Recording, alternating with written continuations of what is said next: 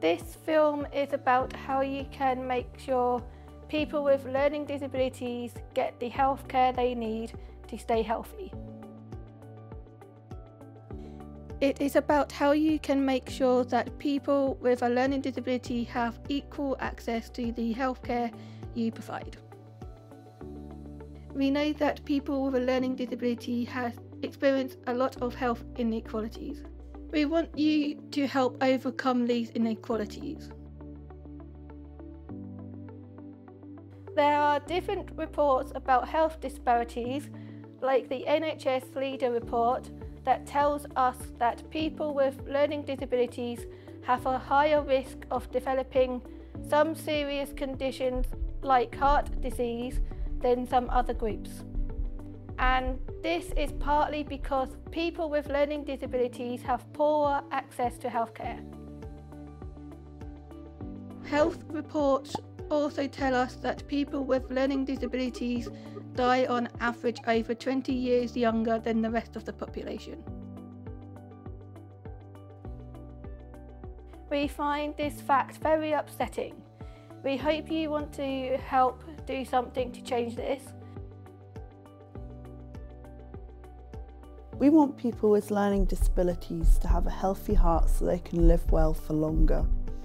We want you to understand your important role in supporting people with learning disabilities to have a healthy heart. Can you be sure that if a person with a learning disability came into your service, they would receive the same level of healthcare expected for a person without a learning disability? We know that people with learning disabilities sometimes don't get the health care they need. Some people with a learning disability find that there are things that make it difficult to get the health care and treatment they need. This might be because they don't understand where to go or how to make an appointment, or don't understand the information they are given about their health. This film is about how you can make sure people with learning disabilities can use the universal health service they need. It will help you understand the adjustments you need to make to support them. Services and healthcare can't be provided in the same way to all people. Some people need things to be changed so that they can get the healthcare they need. We call these reasonable adjustments, and they are a legal requirement under the Equalities Act 2010. This legal requirement means that the services should overcome any barriers that someone with a learning disability might face to getting the same healthcare and treatment as other people. Reasonable adjustments are the helpful changes you can make for any person who has an additional need, such as a learning disability. They are often quite simple things. What reasonable adjustments do you already make? Think about what reasonable adjustments might be needed by people with a learning disability who use your service. A good place to start is to ask the person what they need. Ask them if they need any particular support to come to an appointment or understand their health condition. I'm just wondering if there's anything we can do to make this appointment easier for you. I don't think so. Okay, well we could do extra time for you, make a bit of a longer appointment. Yeah, I don't mind. Okay, okay, well we could do that. Make a note in their health records of what they tell you and share this with others involved in their care. Here are some of the reasonable adjustments you can make. Don't use complicated medical language or jargon when you are talking to people with learning disabilities about healthcare. I'm going to ask you, Michael, about your hypertension. I'm just going to say that when you have hypertension, it can be really problematic. and cause a lot of different conditions and symptoms.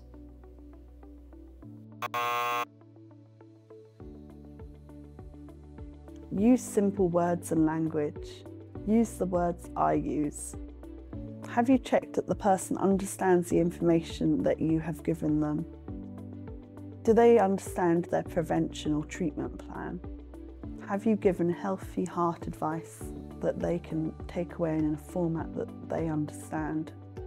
If their blood pressure is high, have you checked that they understand their treatment plan? Make sure you have written information available in different formats. Ask people what helps them. Do they prefer easy read with pictures? Some people prefer to have an audio or film of information. There are lots of good videos on YouTube that explain health information in an accessible way. Make sure that the website has an accessible button to make the font bigger or where information can be read out. Make sure they have enough time. Some people need more time to explain how they are feeling if they are unwell, or need more time to understand what you are saying. It can be stressful when people feel rushed. Going through information once might not be enough for some people. Ask people if they need to have the same thing explained again. Time is the easiest reasonable adjustment there is. If someone is on their GP learning disability register, they should be offered a double appointment. Some people don't like having to explain their health condition every time they see a new health professional. Please try and read as much information as possible about the person so that you are prepared. If the person is supported with a carer, check that it is okay for the carer to be involved. Do not speak to the carer without disagreement. What is the environment like? Some people get upset or stressed if the waiting area is crowded or noisy. Can you offer them a quiet space to wait? Can you offer the first appointment at a time when a person doesn't have to wait? So if you lift your hand up. Explain how any equipment will be used and demonstrate its use. This is really important. Talk people through the process so they can know what will happen next. Is the space accessible? Could you make it more accessible for wheelchair users or people with other access needs? As well as understanding the Equalities Act, you also need to understand the Mental Capacity Act and how to apply this. It may be that someone doesn't know how or isn't able to consent to a health procedure like a blood test. This is not the same as them choosing not to have a test or treatment. It is potentially neglect not to undertake a test or treatment because the person can't consent. Can I take your blood pressure? I'm okay, thank you.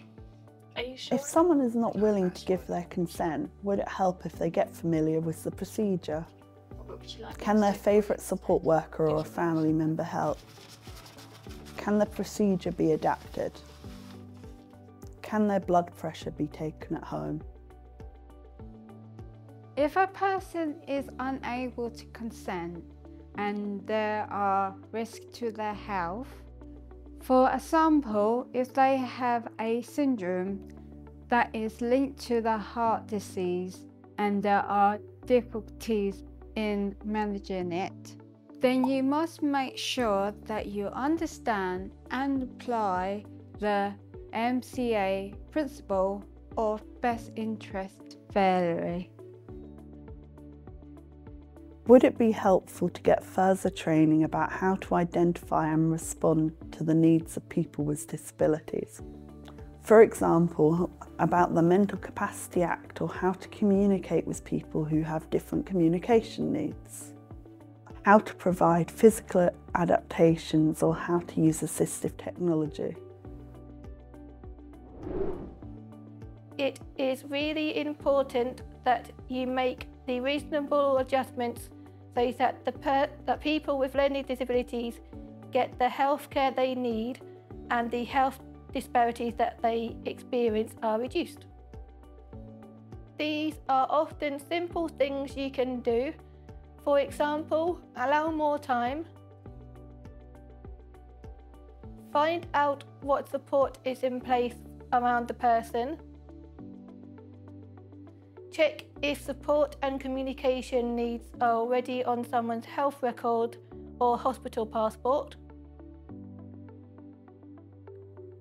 Use clear information in a format the person understands best or ask people what support they need.